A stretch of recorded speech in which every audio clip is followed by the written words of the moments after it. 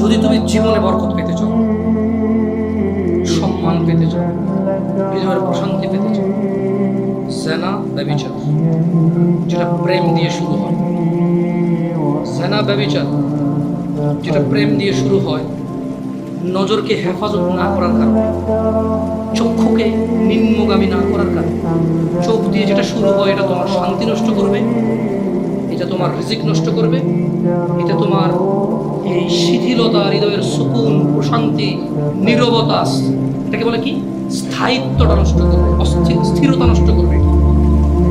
ছোট ভাই, তোমার প্রতি আমার নসিহত, তুমি কে নীল করছে, লাল করছে, কে ছোট করছে, কে বড় করছে, তুমি এগুলো মেজারমেন্ট করার দরকার নাই।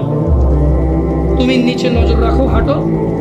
তোমার এটা জানারও দরকার নাই আজকে তোমার সামনে দিয়ে কয়টা মেয়ে কি পড়ে গেছে তুমি দেখোই নাই। তুমি নিচে হাঁটো, যথাসম্ভব তুমি যতটুকু নিচে দেখে হাঁটা সম্ভব তুমি তোমার চোখকে হেফাজত করো। লজ্জাস্থান হেফাজত হবে, লজ্জাস্থান হেফাজত হলে তোমার হৃদয়ের প্রশান্তি নষ্ট হবে না ইনশাআল্লাহ। রিজিকের দরজা খুলবেই খুলবে।